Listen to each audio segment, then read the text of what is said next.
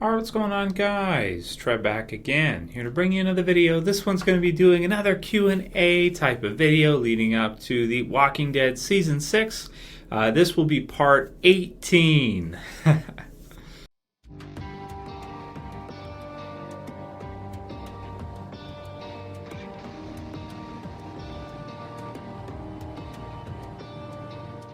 Okay, so I continue to have some great questions sent to me from you guys, so please continue to go ahead and send them through, guys. I will definitely include them and definitely make as many videos as I can for you this summer leading up to The Walking Dead Season 6. I'm not even sure how many Q&As we're going to get to at this point when we finally return, but it's going to be the most I've probably ever done because already being at 18, and literally, between the end of Season 5 and the start of Season 6, because the way I do it with Q&As is, I do a Q&A leading up to, right? So, I've done hundreds of them over the years, but, in terms of leading up to Season 6, it's going to be a lot. It's going to be quite a few.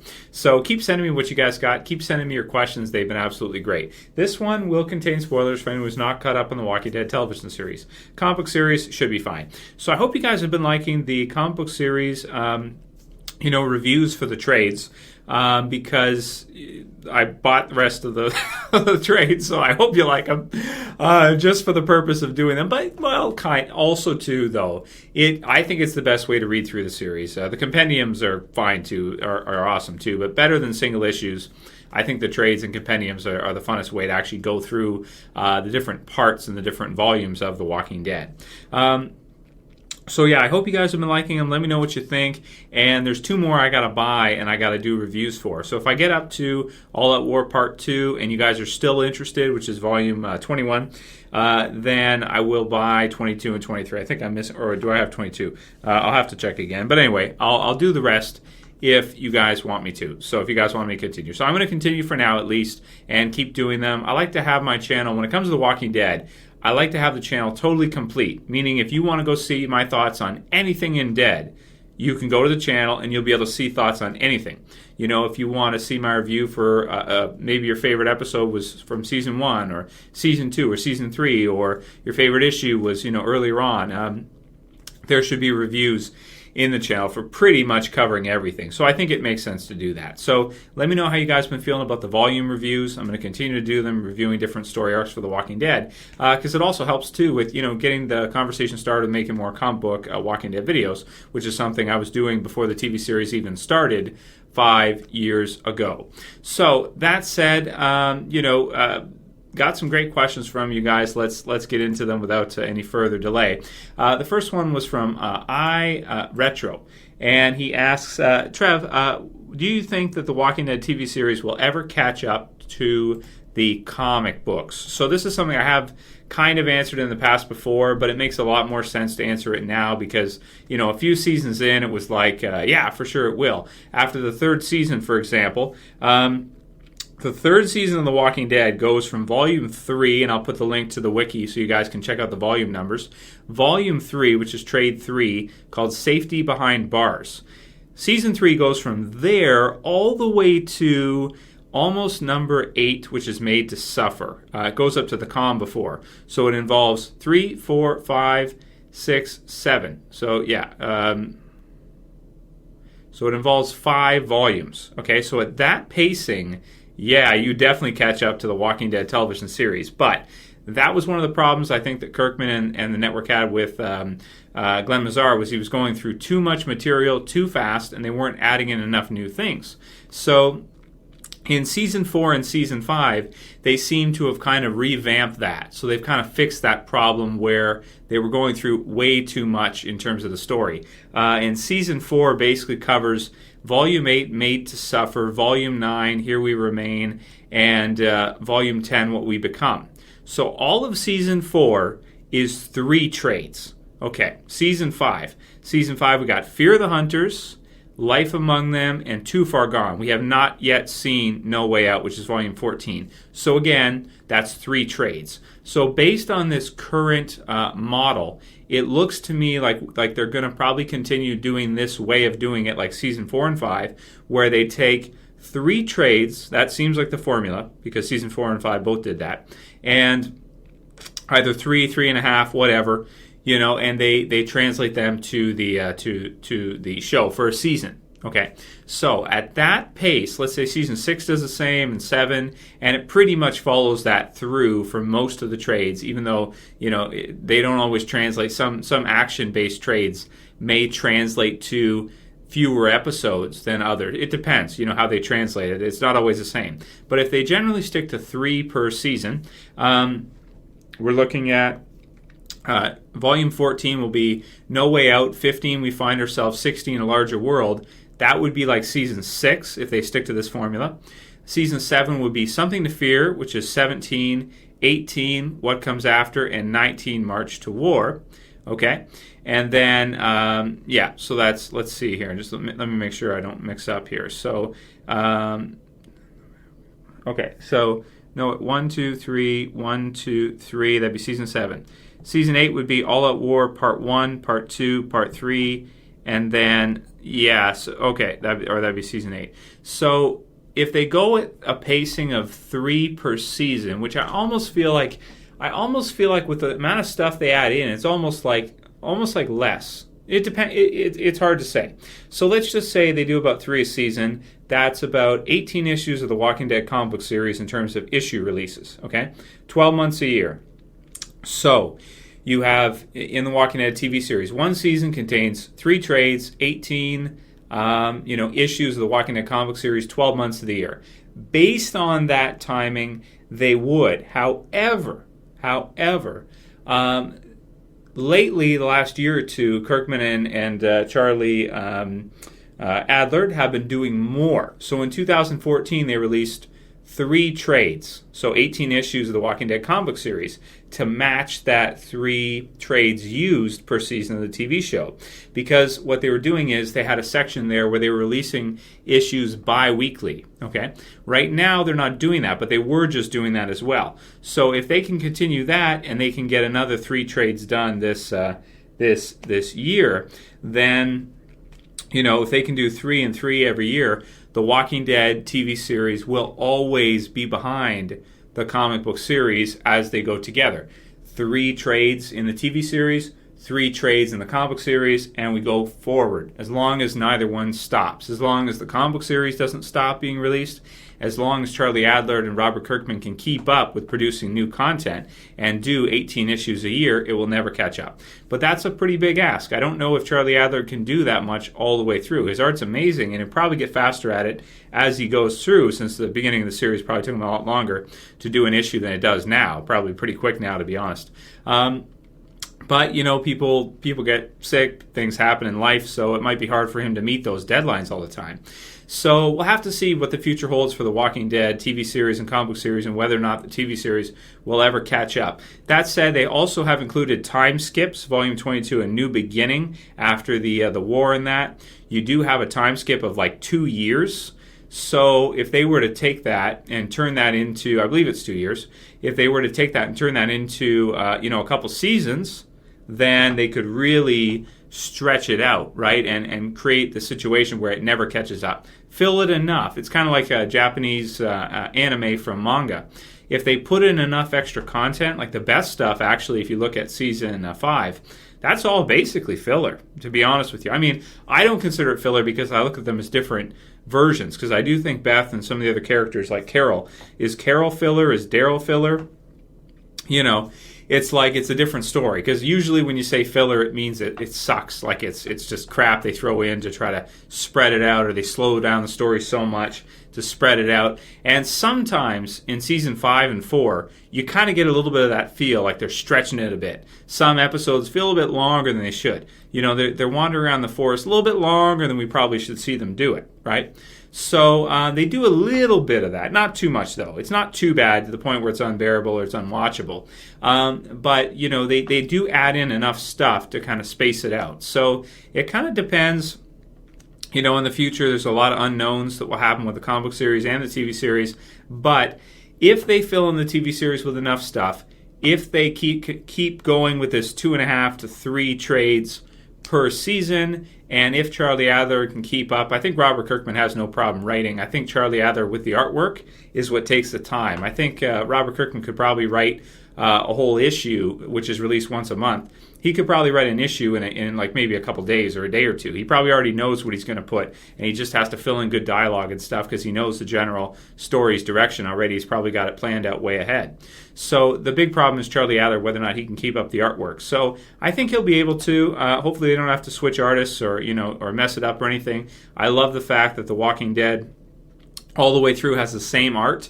And I almost wish one day, some people have talked about this on the channel too, that Charlie Adler would redo Volume 1, Days Gone By, and his artwork to match the rest of the Walking Dead series. I hope one day that he gets around to that. But again, he's busy, right? And we don't want it to catch up. So I hope that answers your question, dude. And yeah, that's the way I see it. I just see it as, unless something weird happens and they put in enough filler and they use the time skip to their advantage, the TV series will never catch up to the comic book series. If they do. If they go season 3 on us, then yeah, it will for sure. It'll catch up in a few seasons. Doing 5 trades a season, it'd be like a few more seasons and we start getting real close, So those are kind of my thoughts on that. So let me know what you guys think about that below. Do you think it'll ever catch up? What do you think they'll do? Do you think they're going to keep adding in more stuff so that it doesn't? Or do you think eventually it will? That'd be weird if it did catch up. But then again, Kirkman kind of knows overall where the story's going anyway, and they're not always the same anyway. So maybe it would be okay if it did, because then they could just say, okay, well, Kirkman would say, well, we're going to do something like this and something like that and something like this. And they could kind of just take it their own way with the writing and the TV series versions. And sometimes they do that anyway. So it's not really a big concern, but I don't think it will ever catch up as long as those things, like I said, those conditions are met.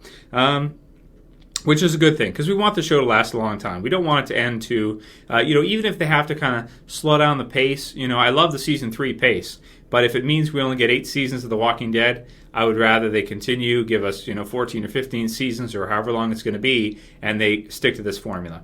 So let's go on with a few more Q&A questions. Won't do too many. This one's from SassyPants. I say. And he or she says, Trev, Q&A question, how long do you think you can make videos for? And what do you plan on doing in the later years? Great question, man. This is, again, I've answered questions like this in the past before too, but it's like, I could make YouTube videos until I'm in a retirement home, man. I mean, I love doing it. I love talking with you guys. But again, the future is something that you just don't know. You don't know what could happen, with YouTube. And YouTube is still relatively young. I mean, it isn't, but at the same time, it is. I mean, I've been on YouTube now for about 5 to 6 years, but the first year or two, I just did it with action figures and a hobby and that, and then I started doing reviews for different shows like Dragon Ball and Naruto and just all kinds of different random stuff, which I still do. And then The Walking Dead, I started reading The Walking Dead, and I started making Walking Dead videos for the comic book series. Then the TV series started, I started making videos for that, and it just went, I did some MMA videos in the beginning too. It just went from one thing to another. But it follows my interest generally, and if The Walking Dead eventually ends, I'll still be on YouTube. I may not release 10 videos a week, but I'll find other things that's going on. There's always new stuff coming out. Like this year, there's a new Dragon Ball. Dragon Ball Super is going to be hitting in the summer. I can't tell you how excited I am. It's been 18 years since Dragon Ball Z ended, and they're making Dragon Ball Super. So there's always stuff going on. There's always stuff I love talking with you guys about, and it's a passion of mine. I really love it, and I could do it for life and die happy. For sure. I could already, I didn't think when I started the channel would get to be where it is right now. So, I'm already satisfied with it. No matter what happens, no matter what outcome it is, I'm already, more than satisfied because I didn't think I'd even get here. So, whatever happens with the channel in the future, I love hanging out with you guys. I love talking with you guys. Comments, I try to be as active as I can and make as many videos as I can for you guys. It's the best I can do. I may not always make as many videos as I do now, but I'll pretty much be on YouTube. If everything stayed the way it is now, or I would be on YouTube for the rest of my life. But again, there's unforeseen things that happen. Things change. You never know what could happen with YouTube. I don't think Google will get bought out or anything, and they'll shut down YouTube. But it's probably a monster now. It'll probably never be stopped, to be honest. There'll be YouTube around in 1,000 years or something, probably. I'll probably be on YouTube for. And I think he means by, or she, what do you plan on doing in the later years? I'm not sure what you mean. I don't know if you mean like after The Walking Dead ends, what'll I do? Or again, I'll just follow my interests, whatever else I like. Like I don't just, a lot of times people, they classify me as like a Walking Dead YouTuber or something. I don't know what that is, you know? I mean, because when I started making YouTube videos, there was nothing like that. Nobody even, like, when The Walking Dead first aired, no one even watched it. You know, like, I was doing all kinds of stuff. So it's not like I'm only that or I'm in this box where I can't do other stuff. You guys see all the other videos I do. And even if 1,000 or 2,000 or a few thousand people watch it, hey, you know, that's, if I enjoy it, like Gotham, I've been reviewing Gotham too, and nobody watches it. You know, like, and I just like, well, I like it, so I just do it. You know, it's fun. You know, I enjoy it. So whatever, there it is. But yeah, when I get old, like when I have gray hair and everything, or I'm just an old man, I'll still make videos, man. I don't care. Like some people think, like, won't you be embarrassed? No, you know, I won't be.